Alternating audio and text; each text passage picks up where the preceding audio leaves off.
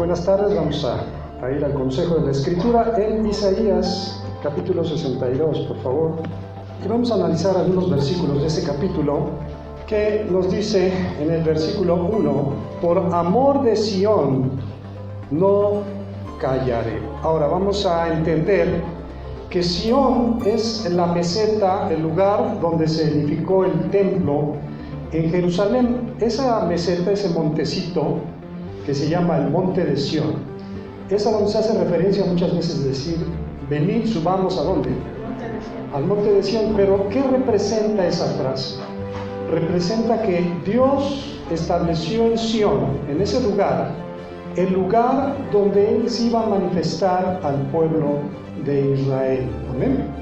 Cuando Salomón consagró el templo que edificó, le dijo al Señor que si el pueblo le olvidara y vinieran espada y vinieran pestes y vinieran problemas en el campo, dice, si tu pueblo volviera su rostro a este lugar y clamaren a ti, tú oirías desde los cielos, perdonarías su pecado y sanarías. ¿Qué representa? Sión representa la presencia de Dios, la consagración de un pueblo hacia su Dios. Dice, por amor a Sión, de Sión, ¿qué pasa? No voy a callar. Es un clamor de Isaías, es un clamor que Dios le da como una carga al profeta por el pueblo, porque dice, por amor de Sión no callaré y por amor de Jerusalén no descansaré. No callaré y no descansaré. ¿Hasta qué? Hasta que salga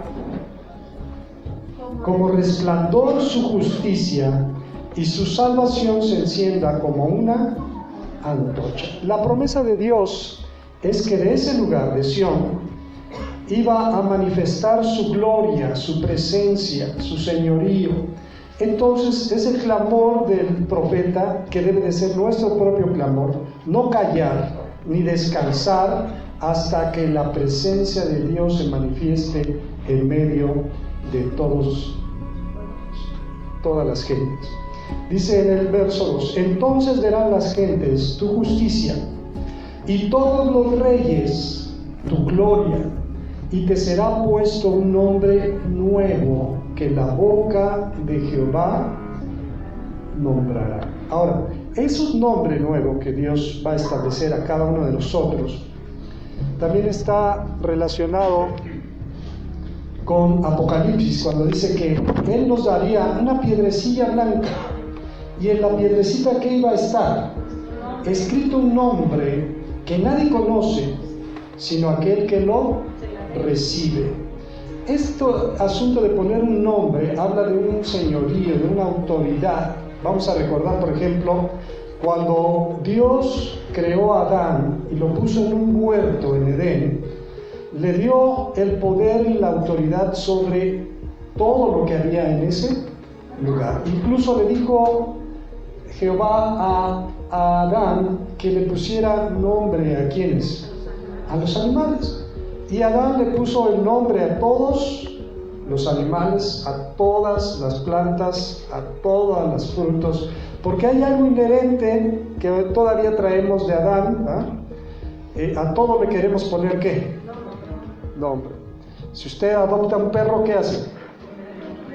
Si adopta un gato, a todas las cosas le queremos poner. Bueno, Dios va a ponernos un nombre, pero ¿un nombre qué? Un nombre nuevo, donde se va a establecer una relación cercana, una relación personal entre Dios y nosotros. Y la promesa es la siguiente, en el verso 3 dice, y serás corona de gloria en la mano de Jehová. Recuerden que en alguno de los estudios que hemos visto hablábamos de la santidad, de la santificación, y uno de los versículos que tocábamos es aquel que dice que Dios no nos llamó a la inmundicia, o sea, Dios no nos llamó para estar sucios y ensuciándonos, sino para ser santificados. Él quiere que nosotros seamos una corona de gloria en la mano de Jehová, una diadema de reino en la mano del Dios tuyo. Nunca más te llamarán desamparada. ni tu tierra se dirá más desolada, sino que serás llamada Hepzibah, que significa, ¿qué significa? Mi deleite está en él. Y tu tierra, Beula, que significa, porque el amor de Jehová estará en ti, y tu tierra será desposada. Ahora, Dios siempre establece esta relación entre su pueblo y él, como entre la novia y el esposo. Y aunque pasó por tiempos difíciles el pueblo de Israel por haberse alejado de su Dios y por haber desobedecido su voz, sin embargo la promesa y la esperanza es que una vez más Dios lo traerá a su regazo. Por eso dice, nunca jamás te llamarán desamparada. Da una relación en cuanto al matrimonio. Cuando una mujer era repudiada por el esposo, se daba a entender que esta mujer quedaba en el desamparo, ya no era establecida como familia del varón, sino quedaba sola, a la deriva. Entonces dice aquí, nunca más te llamarán como, ni tu tierra se dirá más desolada, sino que te llamarás Hepzibah y tu tierra Beula, porque el amor de Jehová estará en ti y tu tierra será desposada.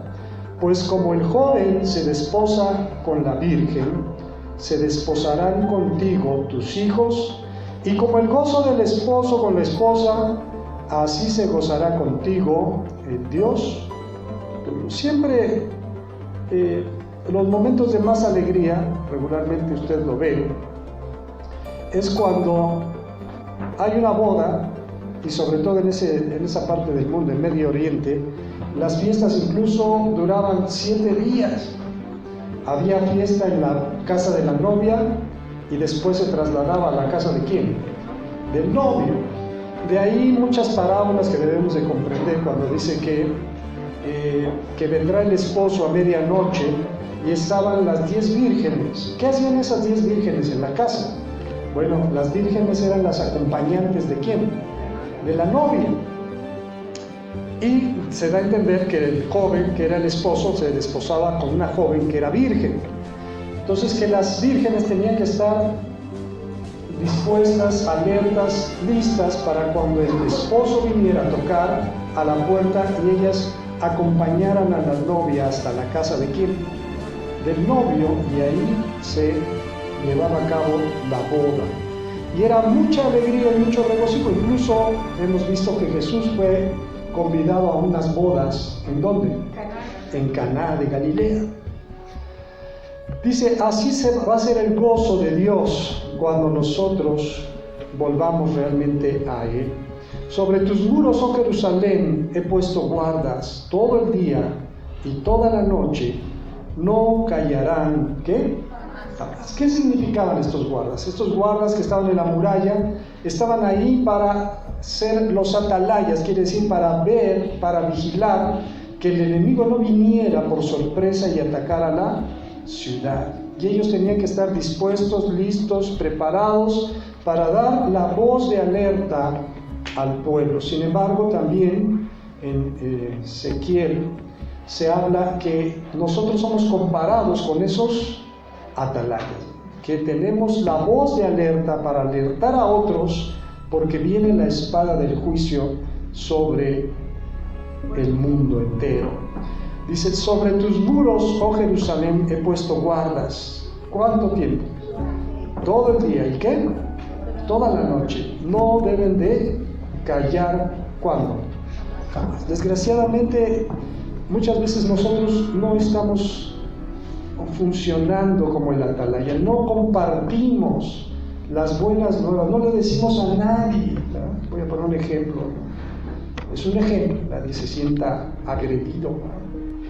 Pero a veces mucha gente y cristianos pasan horas en sus redes sociales, en el Facebook, en el Instagram, en todo, ¿verdad? Y hablan de todo y jajaja, jijiji, pero no toman un tiempo para compartir su fe con otras persona, ni siquiera eso. ¿Qué te cuesta? Agarrar tu dedito, poner un versículo y mandárselo a tus contactos. Dice, todo el día y toda la noche no deben de callar. ¿Cuándo? Jamás. Los que os acordáis de Jehová, ¿qué debemos de hacer? ¿Qué debemos de hacer? No reposéis. Pero muchos somos cristianos solamente este día o los días de reunión, y todos los demás días se nos olvida que tenemos una relación con...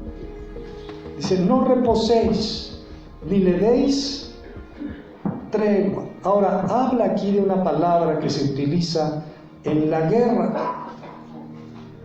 Cuando los ejércitos están peleando uno con otros y se establece una tregua, ¿qué quiere decir? No quiere decir que uno ganó y el otro perdió. Quiere decir que de común acuerdo dejan de ¿qué? De pelear. ¿Qué pasa con nuestra vida espiritual? Dice la Escritura que no tenemos una lucha contra sangre ni carne, sino contra principados, contra potestades, contra los gobernadores de las tinieblas que andan en las regiones celestes. Pero está como aquel chiste del pastor que llegó otro pastor a visitarlo y él estaba en la hamaca, tranquilo, descansando, y le dijo el otro hermano, ¿y cómo te trata el enemigo? Dice, mira, y hicimos un pacto. Dije, ni tú te metes conmigo, ni yo me meto contigo. Dice aquí que no le debemos de dar ¿qué? Tregua, ni le deis tregua hasta que establezca Jerusalén y la ponga por alabanza. ¿En dónde? En la tierra. Juró Jehová por su mano derecha y por su poderoso brazo, que jamás daré tu trigo por comida a tus enemigos. Cuando hemos leído aquella parte de Malaquías, que leemos del diezmo, dice ahí también que Él reprenderá por nosotros ¿a quién? Al devorador. ¿Qué representa el devorador? El que devora, ¿no? Cuando hay una plaga, estábamos el otro día caminando, porque caminamos seguido por aquí, diario, y vemos que en el maizal, en la milpa, pues le cayó la plaga de los chapulines, y casi se la quedó. Si usted revisa las hojas, están muy comidas, ¿no? Y eso representa una merma y una pérdida para el que sembró y para el que espera ¿qué? Cosechar. Pero dice que Él reprendería por nosotros al devorador. Dice aquí, es una promesa y debemos de tomarla. Si tú estás cumpliendo con Dios, Dios va a cumplir con quién. No te va a faltar comida, nunca tu comida se va a hacer, o tu dinero va a ser para tus enemigos. Jamás daré tu trigo por comida. ¿A quiénes? Ni beberán los extraños el vino que es fruto de tu trabajo, sino que los que lo cosechan lo comerán. ¿Pero qué? ¿Se olvidarán de Dios? Si los que lo cosechan lo van a comer, pues qué bueno, porque yo como, porque yo tengo, y porque yo voy, y porque yo vengo. No, dice, y alabarán a Jehová. Cuando dice cosechar, habla de lo que se siembra y de lo que se cosecha, pero también dice de lo que se produce en lo siguiente. Dice, los que lo vendimian, porque la vendimia era un proceso más complicado, era un poco más complicado que sembrar trigo y que cosecharlo.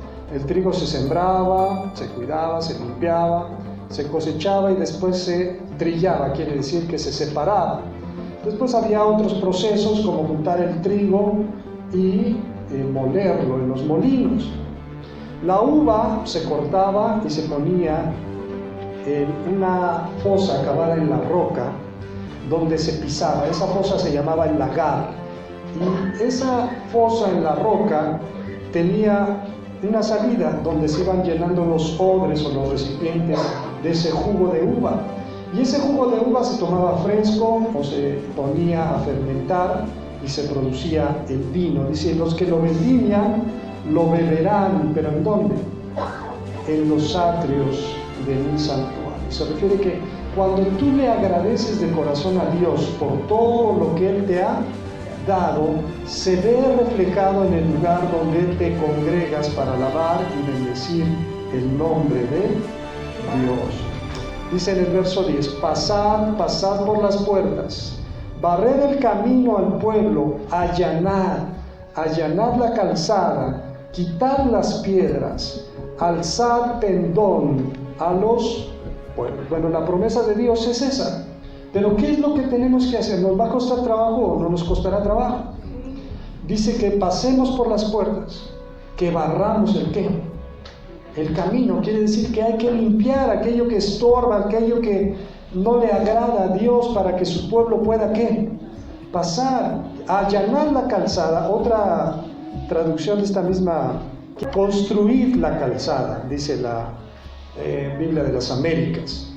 Construir la calzada, es allanar la calzada. Tienes que preparar el lugar por donde el pueblo va a ¿qué? A pasar. Quitar las piedras, alzar pendón a los pueblos. Voy a hacer una referencia a lo que escuchaba ayer del asunto de... Escuchaba una conferencia por el asunto del Halloween y lo que los cristianos deben de hacer.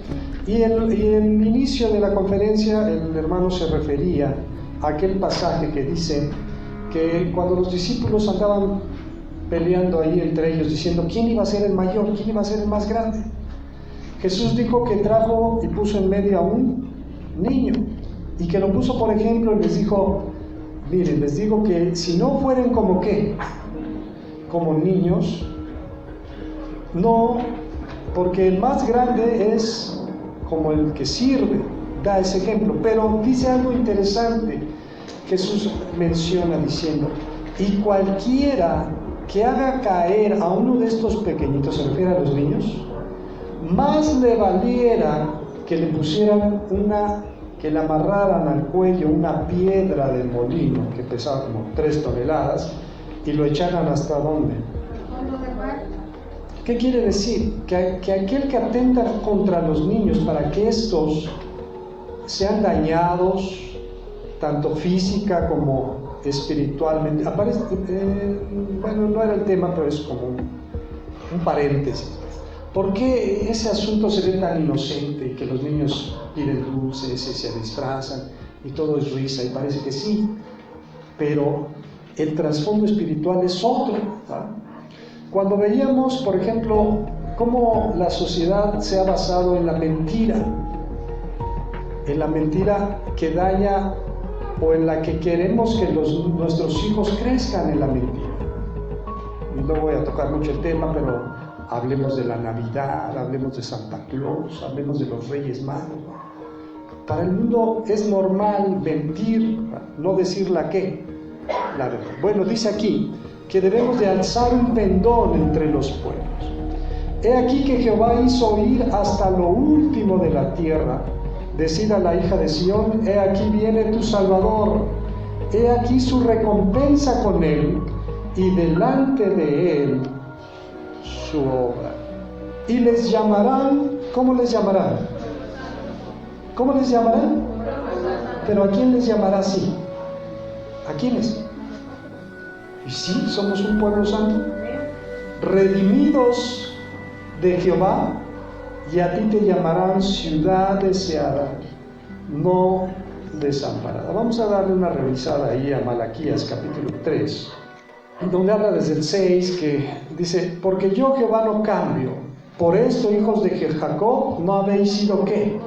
Si Dios cambiara, si Él cambiara de parecer de repente, como a veces nosotros cambiamos, ¿no? A veces nosotros decimos sí, pero al final decimos no. Y a veces nos comprometemos, pero al final decimos no. Si Él fuera como nosotros, dice, no por eso, porque Dios es constante en lo que Él dice, por eso no hemos sido consumidos. Desde los días de vuestros padres os habéis apartado de mis leyes y no las guardasteis. Pero ¿cuál es la urgencia o el llamado de Dios? No lo dice solamente para castigarnos, sino dice, volveos a mí y yo me volveré a vosotros, ha dicho Jehová de los ejércitos. Mas dijisteis, y le hacemos igual nosotros. ¿Yo? ¿En qué? ¿En qué? ¿En qué he fallado? ¿En qué he hecho mal? ¿En qué hemos de volvernos? Dice aquí, ¿robará el hombre a Dios? Pues vosotros me habéis robado. Y dijisteis, ¿en qué te hemos robado? En vuestros diezmos y en vuestras ofrendas. Malditos sois. ¿Con qué? Porque vosotros, la nación toda, me habéis robado. Traed todos los diezmos a la alfolía y alimento en mi casa. Y hemos hablado de esto muchas veces, no me voy a detener. Y probadme ahora en esto, dice Jehová de los ejércitos. Bueno, la prueba es lo siguiente: tú cumples con Dios, y Dios va a cumplir ¿con quién? Contigo. ¿De qué forma dice Dios que va a cumplir con nosotros? Dice, si no os abriré las ventanas de los cielos y derramaré sobre vosotros bendición hasta que ¿qué? Sobreabunde. Una cosa es que abunde y otra cosa es que sobreabunde. Pero mucha gente también malentiende la sobreabundancia. Cuando Dios te da en abundancia, es porque Él quiere hacerte un canal de bendición para otros que están padeciendo ¿qué? Pero mucha gente cuando tiene de más, se lo malgasta. Dice, qué bueno, me está yendo muy bien. Y hay quien cae en un engaño de Satanás también. Por ahí conocí cercanos, algunos hermanos, que andaban mal, pero me decían, hermano, pero Dios me está bendiciendo. Tengo un buen trabajo, tengo un buen carro, tengo una buena casa. ¿Será que Dios lo estaba bendiciendo? Dice la Escritura que el árbol se conoce ¿por qué? Por sus frutos. Ahora dice aquí que esa bendición va a venir sobre nosotros hasta que sobreabunde. Y en donde vamos a concentrarnos es en el verso 11 en adelante. Dice, reprenderé también por vosotros ¿a quién? Al devorador. Dice que Jesús dijo, el ladrón no viene sino para hurtar, matar. ¿Y hasta dónde hemos llegado? Estaba yo oyendo por accidente la predicación de una persona muy famosa que estaba hablando del ladrón y estaba diciendo, no, dice, es que ahí no dice que el diablo, ahí no está diciendo que el diablo, ahí dice que el ladrón somos nosotros mismos cuando no ponemos atención. Pero Jesús es muy claro porque dice, el ladrón no viene sino ¿qué? Para hurtar, para matar, y yo he venido para que tengan ¿qué? Está haciendo una comparación entre lo que quiere hacer ¿quién? Satanás, y lo que vino a hacer ¿quién? Bueno, si hasta los más renombrados se equivocan, no podremos equivocarnos nosotros. Pero nosotros le decimos a Dios, ¿en qué debemos devolvernos? ¿En qué hemos de volvernos? Reprenderé también por vosotros al devorador, y no os destruirá el fruto de la tierra, ni vuestra vida en el campo será como estéril. Porque una cosa es que venga una plaga, pero otra cosa es de que lo que siembras no produzca. Tengo un arbolito de manzana